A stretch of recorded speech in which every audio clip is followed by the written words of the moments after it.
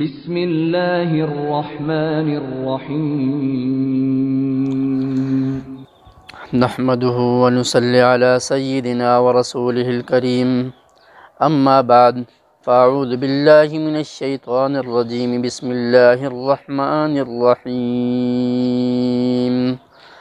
قد أفلح من تزكى وذكر اسم ربه فصلى وقال تعالى في مقام آخر قد أفلح المؤمنون وقال تعالى في مقام آخر ألا بذكر الله تطمئن القلوب قال النبي صلى الله عليه وسلم بلغوا عني ولو آية أو كما قال عليه الصلاة والسلام اللهم صل على محمد وعلى آل محمد كما صليت على إبراهيم وعلى آل إبراهيم إنك حميد مجيد اللهم بارك على محمد وعلى آل محمد كما باركت على إبراهيم وعلى آل إبراهيم إنك حميد مجيد. برادران اسلام، آپ کے سامنے قرآن حکیم فرقان حمید کی مختلف آیات تلاوت کی ہیں. آج کا ہمارا موضوع کامیابی اور سکون ہے. موجودہ وقت میں ہر انسان، چاہے وہ سٹی میں رہتا ہو یا ولیج میں رہتا ہو، میل فیمیل، ہر انسان ان دو چیزوں کی تلاش میں ہے.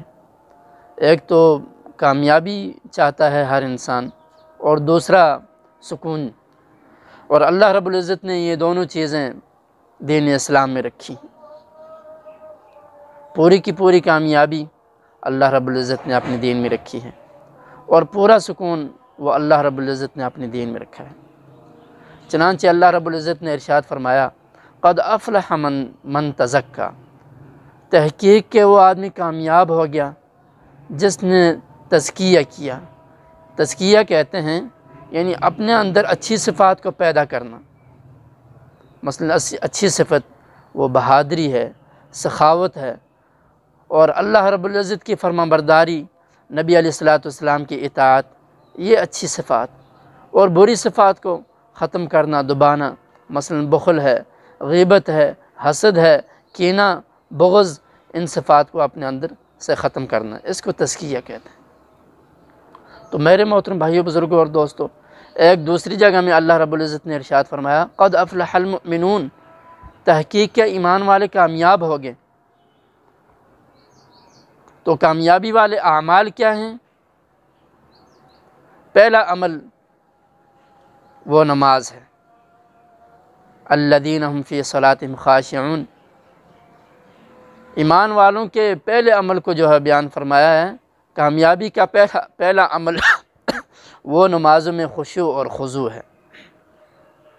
ایک حدیث مبارکہ میں آتا ہے نبی علیہ السلام نے ان 10 آیات کی تلاوت فرمائی، اور پھر فرمایا کہ جس مسلمان نے، چاہے وہ مرد ہو، عورت ہو، شہر کا رہنے والا ہو، دیہات کا رہنے والا ہو، بچہ ہو یا بڑا ہو، جس نے بھی ان آیات پر، ان 10 آیات پر عمل کیا، وہ جنت میں داخل ہو گیا. اور اسی طرح ایک حدیث میں آتا ہے کہ اللہ رب العزت نے جب جنت الفردوس کو پیدا فرمایا تو اللہ رب العزت نے اس کو حکم دیا کہ تلاوت کرو. تو حدیث میں آتا ہے کہ جنت الفردوس نے سورہ مومنون کی پہلی 10 آیات کی تلاوت کی. تو سامعین گرامی، ان آیات میں کامیابی والے اعمال کا ذکر ہے. پہلا عمل جو ہے وہ نمازوں میں خشوع اور خضوع ہے، کیونکہ مرنے کے بعد سب سے پہلے نماز کا حساب کیا جائے گا. اور نبی علیہ السلام نے ارشاد فرمایا کہ نماز میری آنکھوں کی ٹھنڈک ہے، مومن کے معراج ہے، منکر نکیر کے سوالوں کا جواب ہے. آپ علیہ السلام کے بارے میں آتا ہے کہ جب بھی کوئی سخت امر پیش آتا تھا تو نماز کی طرف متوجہ ہو جاتے تھے. اور صحابہ کرام رضی اللہ عنہم اجمعین کا ان کا بھی یہی عمل رہا ہے. ایک صحابی کے بارے میں آتا ہے کہ ان کے کھیت کو جو ہے پانی کی ضرورت تھی، تو ان صحابی رسول نے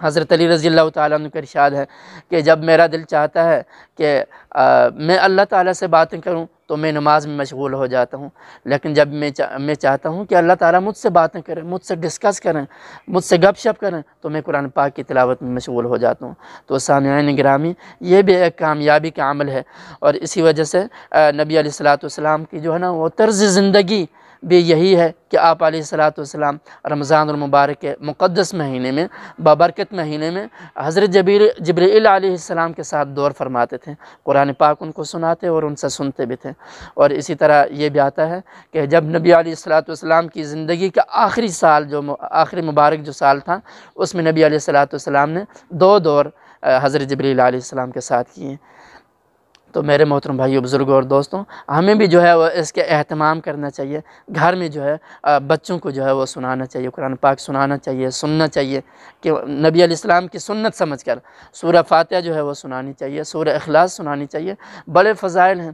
اور ایک حدیث میں آتا ہے کہ جو آدمی سورہ اخلاص 1000 دفعہ پڑھتا ہے تو اللہ تعالیٰ اس وقت تک اس کو موت نہیں دیتے جب تک وہ پیراڈائز میں، جنت میں اپنا ٹھکانہ نہ دیکھ لے۔ تو اسی لیے جو ہے نا ہمیں اس کا اہتمام کرنا چاہیے۔ اور اسی طرح جو ہے کامیابی کا ایک عمل وہ درود شریف ہے۔ نبی علیہ الصلوۃ والسلام نے ارشاد فرمایا، جو کثرت سے درود شریف پڑھتا ہے اس کو میری زیارت ہوتی ہے، اور جس کو میری زیارت ہو جائے، اللہ کے نبی صلی اللہ علیہ وسلم نے ارشاد فرمایا، اس پر جہنم حرام ہے۔ تو اسی لیے جو ہے نا ہمیں درود شریف کا بھی اہتمام کرنا چاہیے۔ اور کسی شاعر نے کہا کہ ہر مرض کی شفا ہے صلی علی محمد، ہر مرض کی دعا ہے صلی علی محمد، کیا نسخہ شفا ہے صلی علی محمد۔ تو اسی لیے جو ہے نا ہمیں اس کا اہتمام کرنا چاہیے، کم از کم روزانہ 1000 دفعہ درود شریف کا جو ہے نا وہ اہتمام کرنا چاہیے۔ اور اسی طرح کامیابی کا ایک عمل جو ہے وہ استغفار ہے۔ شیطان نے کہا، ایک حدیث میں آتا ہے، شیطان کہتا ہے کہ میں نے لوگوں کو گناہوں سے ہلاک کیا، ان نے مجھے توبہ استغفار اور لا الہ الا اللہ سے ہلاک کیا۔ تو اللہ تعالیٰ کی ذات بہت رحیم ہے، کریم ہے، صرف گناہوں کو معاف نہیں کرتے بلکہ گناہوں کی جگہ جو ہے وہ نیکیاں لکھی جاتی ہیں۔ تو اسی لیے جو ہے نا ہمیں استغفار کا بھی جو ہے وہ اہتمام کرنا چاہیے۔ ایک حدیث میں آتا ہے، طوبیٰ لمن وجد فی صحیفتی استغفارا کثیرا، خوشخبری ہے اس آدمی کے لیے جو اپنے نام اعمال میں کثرت سے استغفار پائے۔ اور اسی طرح کے حدیث میں آتا ہے کہ صحابہ کرام جو ہے نا وہ فرماتے ہیں کہ ہم نبی علیہ الصلوۃ والسلام کا استغفار ایک مجلس میں 70 مرتبہ جو ہے نا وہ سن لیتے تھے، حالانکہ آپ علیہ الصلوۃ والسلام جو ہے وہ گناہوں سے پاک صاف تھے۔ تو یہ میری اور آپ کی تعلیم کے لیے، ہماری تعلیم کے لیے جو ہے استغفار فرماتے تھے۔ اسی لیے جو ہے نا ہمیں بھی ان کا جو ہے نا وہ اہتمام کرنا چاہیے، اور تلاوت کا جو ہے نا وہ خصوصاً اہتمام کرنا چاہیے۔ ایک حدیث میں آتا ہے کہ جو قرآن پڑھنے والے ہوتے ہیں فرشتے ان کے قریب ہو جاتے ہیں، اتنے قریب ہو جاتے ہیں کہ وہ اپنے ہونٹ قرآن پڑھنے والے کے ہونٹوں کے ساتھ لگا دیتے ہیں، ان کو بوسہ دیتے ہیں۔ تو اسی لیے جو ہے نا ہمیں تلاوت قرآن پاک کا بھی اہتمام کرنا چاہیے۔ اللہ تعالی ہم سب کو اس پر عمل پیرا ہونے کی توفیق نصیب فرمائے۔ وما علینا الا البلاغ۔ ركت عيناي شوقا ولطيبة ذرفت أشكا فأتيت إلى حبيبي فاهدأ يا قلب ورفقا صلي على محمد السلام عليك